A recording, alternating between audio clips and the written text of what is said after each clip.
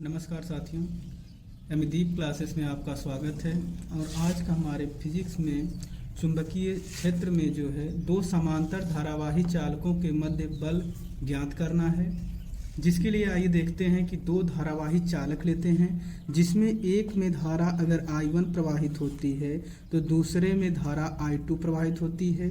ये तार नंबर 1 है और ये तार नंबर 2 है।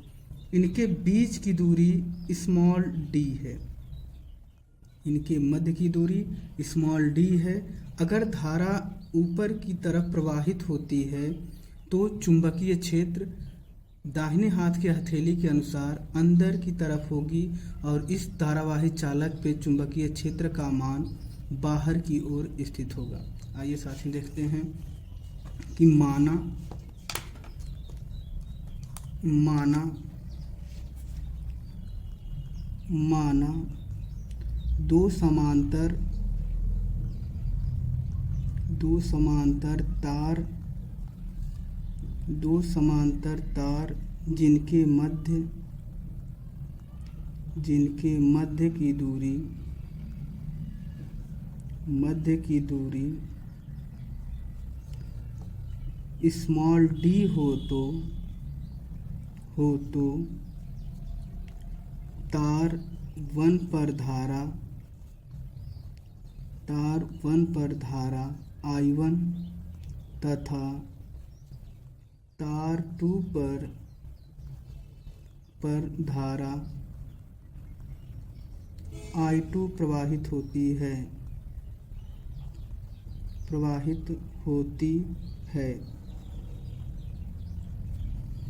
तार 1 के कारण तार 1 के कारण चुंबकीय क्षेत्र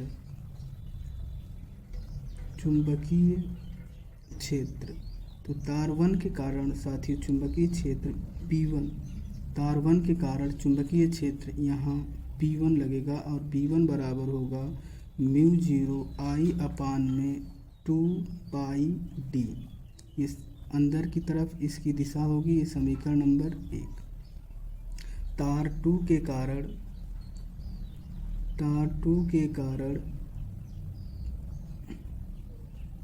चुंबकीय क्षेत्र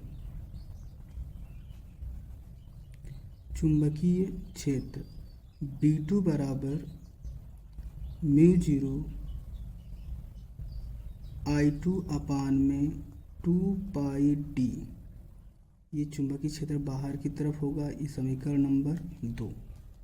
आइए साथियों बल देखते हैं कि तार 1 पर तार 2 के कारण चुंबकीय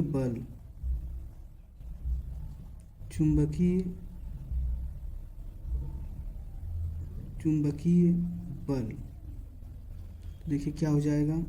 तार 1 के कारण तार 2 पे फ्लेमिंग के दाएं हाथ के नियम अनुसार बल 1 से 2 इस डायरेक्शन में लगेगा, जो आकर्षण का बल कहा जाता है। और फ्लेमिंग के बाएं हाथ के नियम के अनुसार तार 2 से 1 पर जो बल है वो F21 इस डायरेक्शन में लगेगा।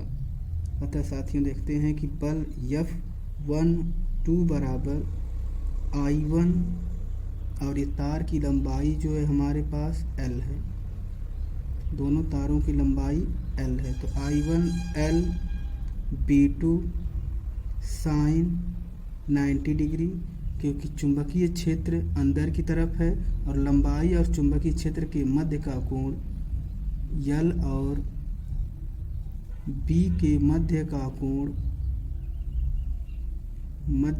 कोण 90 डिग्री होता है, कोण 90 डिग्री होता है। अतः ये क्या है, B2 है, इधर है B1। आइए देखते हैं तो इस पे F21 बराबर I1 L B2 और साइन 90 की वैल्यू होती है 1, तो F21 बराबर I1 L B2, ये समीकरण नंबर 3। इसी प्रकार साथियों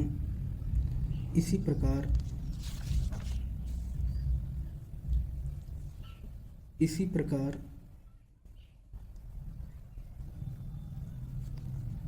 तार 2 पर तार 1 के कारण चुंबकीय बल तो यहाँ पे देखिए क्या हो जाएगा, F21 equal to I2L B1 sign 90 अंश। क्योंकि इधर देखते हैं साथियों, तो ये हमारी जो लंबाई है यहाँ से यहाँ तक लंबाई L है, ये लंबाई L है। चुंबकीय क्षेत्र या तो लंबवत इधर अंदर की तरफ है, इधर लंबवत बाहर की तरफ है। जब चुंबकीय क्षेत्र बाहर की तरफ होगा तो L और चुंबकीय क्षेत्र के बीच का कोण कितना होगा, 90 अंश होगा। आइए देखते हैं, तो यहाँ देखिए F21 बराबर I2L B1 और साइन 90 की वैल्यू 1, तो F21 बराबर I2L B1, ये समीकरण नंबर 4। इस प्रकार साथियों देखते हैं कि अगर मैं बल समीकरण 3 से, अगर मैं समीकरण 3 से देखूं, समीकरण 3 देखिए क्या है, I1L B2 और B2 की वैल्यू यहाँ है μ0 I2 अपान में 4 पाई d। ये वैल्यू मैं यहाँ पुट करता हूँ, तो F12 बराबर I1L B2 और B2 की वैल्यू अगर L से भाग दे देते हैं तो F12 बटे में L equal to I1 B2 और B2 की वैल्यू क्या है कि 12 बटे में L और B2 की वैल्यू हमारे पास है μ0 I2 अपान में 2 पाई d और ये I1 बचा है, I1 यहाँ पर लिख दीजिए।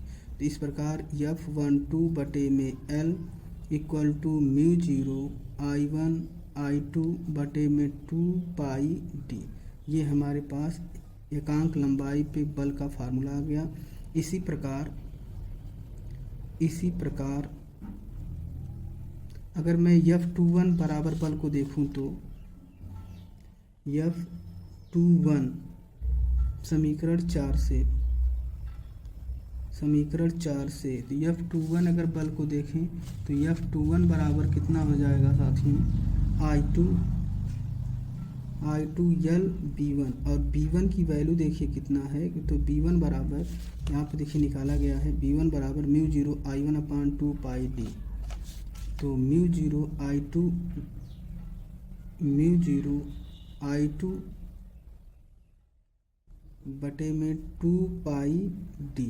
तो यहाँ देखिए F21 बराबर कितना हो जाएगा, I2 L से भाग दे दीजिए तो L इधर आ जाएगा, तो I2 B1, तो यहाँ देखिए यह बराबर 21 अपान में L इक्वल टू I2 और B2 की वैल्यू है हमारे पास μ0 I2 अपान में 2 पाई d। अब यहाँ से देखिए F21 बटे में L equal to μ0 I1 I2 बटे में 2 पाई d। तो यहाँ से देखिए F21 बटे में L equal to μ0 I1 I2 बटे में 2 पाई d, ये वैल्यू हमारे पास मिल गई बल के लिए।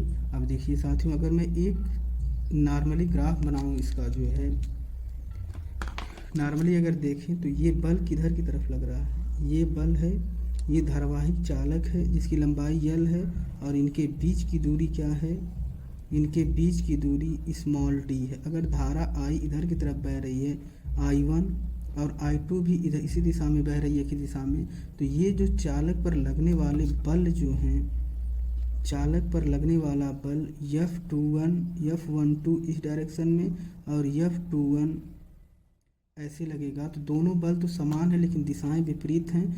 अतः हम कह सकते हैं कि F12 इक्वल टू माइनस का F21। अतः साथियों यह न्यूटन के तृतीय नियम पर न्यूटन के तृतीय नियम का पालन करता है। का पालन करता है। इस प्रकार हम देख सकते हैं कि जो धारावाही चालक तार हैं, जिसपे एक पे I1 और दूसरे पे I2 धारा प्रवाहित हो रही है, यह एक दूसरे पे समान बल, परिमाण में समान है परंतु दिशाएं विपरीत हैं। तो ये बल एक दूसरे को आकर्षित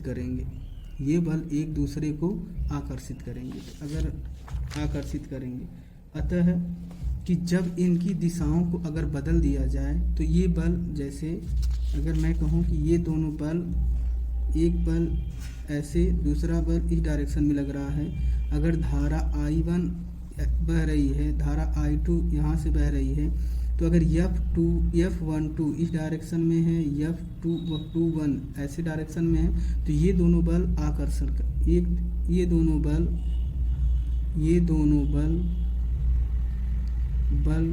दोनों प्लेटों को आकर्षित करेंगे, दोनों प्लेटों को या तारों को आकर्षित करेंगे।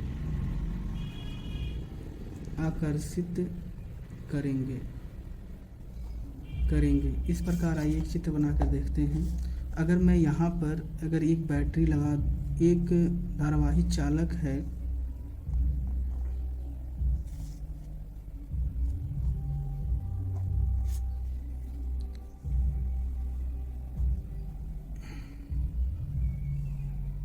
अगर ये धारावाहिक चालक के प्लस टर्मिनल होता है माइनस, तो प्लस टर्मिनल से धारा निकलती है। अगर प्लस टर्मिनल से धारा निकलती है तो धारा यहाँ तक पहुँचेगी। तब ये दोनों तार जब समांतर हैं तो इनके मध्य बल कुछ ऐसा काम करेगा, जो ये बल एक दूसरे को खींचेंगे, F12, और ये बल है F21। तो ये आकृति कुछ ऐसी बन जाएगी। इसमें धारा बढ़ जाएगी I1 और इधर से धारा बटेगी क्या, I2। अतः साथियों, अगर दोनों एक ही दिशा में हैं तो तार आपस में आकर्षित करते हैं, जबकि अगर दोनों प्लेटों पर अगर I1 धारा ऊपर की तरफ बह रही है और I2 धारा नीचे की तरफ बह रही है, दोनों की लंबाई अगर L है और इनके बीच की दूरी अगर स्मॉल d है, तो ये दोनों तार आपस में प्रतिकर्षित, ये इन पर लगने वाला बल मैं देखूं जो है फ्लेमिंग के दाएं हाथ के नियमानुसार, अगर ये तार 1 है, ये तार 2 है, तो इस पे 1-2 इस दिशा में लगता है और 2-1 बल इसके जस्ट अपोजिट लगता है। अतः दोनों तारों पर धारा विपरीत दिशा में प्रवाहित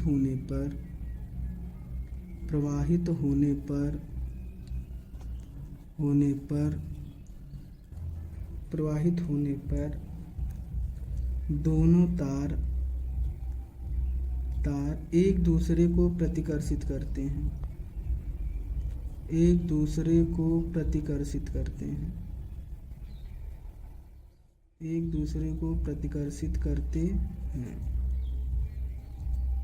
ठीक है साथियों, यहाँ तक होने के बाद हमारा ये टॉपिक पूरा कंप्लीट होता है। और अमिदीप क्लासेस को सपोर्ट करने के लिए हमारे चैनल को लाइक, शेयर एंड सब्सक्राइब करें। धन्यवाद।